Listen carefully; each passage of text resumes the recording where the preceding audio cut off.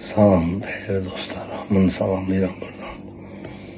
Ben bildiğiniz kimi boğazımdan əməliyyat olmuşam, ona göre belki danışmağa icazə vermirlər. Ümumiyyətlə danışmağa icazə vermirlər.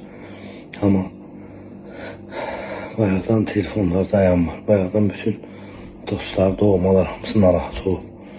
Hansısa ne bileyim heysiyyətdən, şərəfdən, namusdan xəbəri olmayan hansısa kimsə bilmirəm. Mən onun nə ad qoyum. O Azərbaycanlı ola bilməz. Elə bir insan Azərbaycanlı ola bilməz. O Azərbaycanlı da o elə Azərbaycanlı düşmanıdır. Götürüb xəbər yayıb Orxan vəfat eləyim. Əvvəla dünyada hamımız bir gün öləcək. Ölümə elə hər gün xatırlamaq lazımdır. Amma belə yalan məlumat yayıb bu qədər insanı narahat eləmək Ramazan ayının ilk günüdür, niyyət axşamıdır. Belə bir şərəfsiz, belə bir nətər deyim, ağıla sığmaz, yalan bir addım atan adamı mən ancaq bırakıram onun öz vicdanındakı məhkəmə ilə üz-üzə. Onu ancaq Allah'a tapşırıram o adamı mən.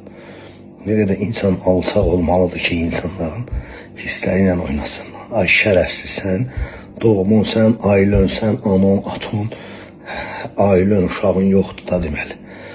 Varsa da sən deməli belə şeylərin dəyərini anlamayan bir adamsın. Bax, iminli yalandan o xəbəri paylaşan adama deyirəm bu burada. Heç kim narahat olmasın.